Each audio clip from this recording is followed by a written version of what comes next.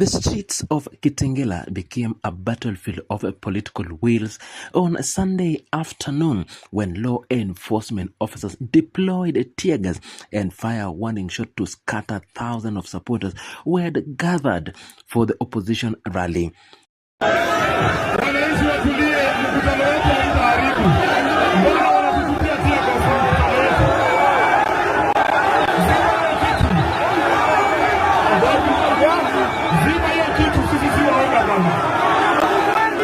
The confrontation marked the latest flashpoint in Kenya's increasingly volatile pre-election political landscape, where competing parties' factions are locked in fiery battles for the legitimacy and public support ahead of the 2027 general election.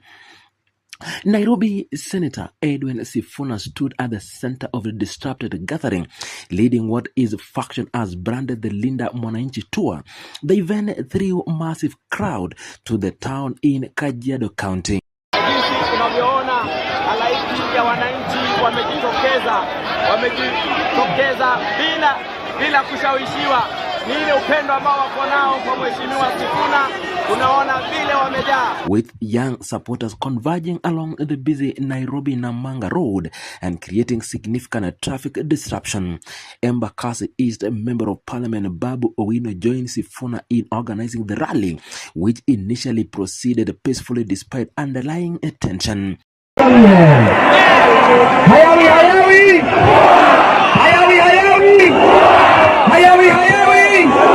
Hapa ni wapi? Hapa ni wapi? Hapa ni wapi?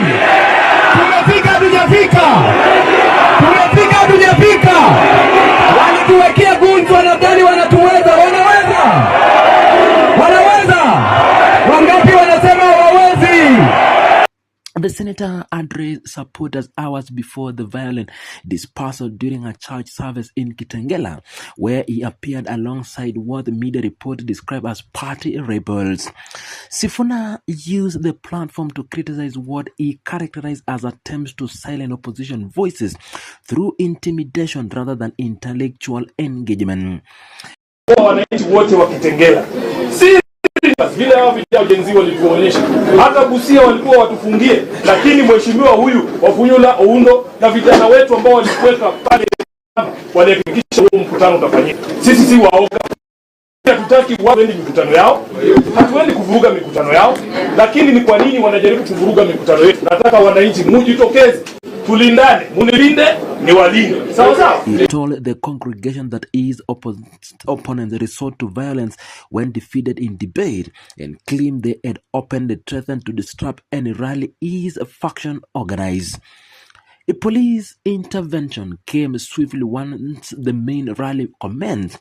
Officers looped multiple tear gas canisters directly into the assembled crowd, creating thick smoke that forced supporters to flee in panic. Video footage captured the chaotic scene as people scattered for safety. Law enforcement personnel also fired shots in the air as part of their dispersal operation. The police went further by destroying the rally's sound system and dismantling the dais, effectively bringing the gathering to an abrupt halt. Sifuna responded to the disruption through social media, thanking Kitengela residents for attending despite what he described as harassment and intimidation that has begun earlier in the morning. He revealed that state operative had already destroyed the dais and sound equipment before the main event, suggesting a coordinated effort to prevent the rally from taking place. The senator expressed gratitude for the tour of the turnout and vowed that his faction would not be deterred by violence. The confrontation reflects deeper fractures within the Orange Democratic Movement that have become increasingly public. Sifuna's position within the party remained contested after he was recently removed from his role as the ODM Secretary General.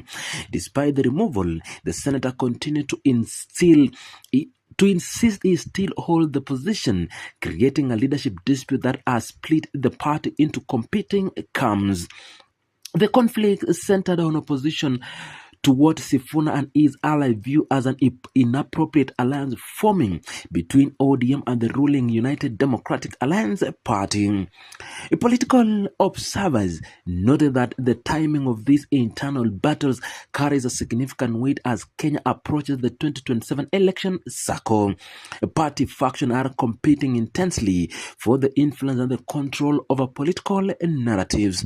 The violation dispersal of the Kitengela rally demonstrate how this intra-party conflict has increasingly spilling into public confrontation between opposition element and state security forces. Sifuna has committed to continue the Linda Mwananchi tour despite the aggressive police response. In recent statement, he framed the struggle as a fight to protect ODM as an institution against what he termed as illegal action taken against him and his supporters. The senator declared that surrender was not an option for his faction and pleaded to challenge every action they considered illegitimate through both legal channels and public opinions. The disrupted rally added another chapter on to the ongoing political drama surrounding political party leadership and coalition building strategies as different ODM faction opposition position themselves as for the coming electoral season. Confrontation like the Kitengela incident revealed the high stake involved in these internal party battles.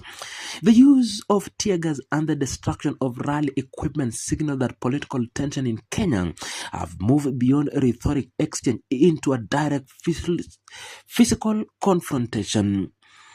The senator voted to challenge what he considered illegal move against him through courts and public forum indicates these disputes will continue playing out across multiple arenas.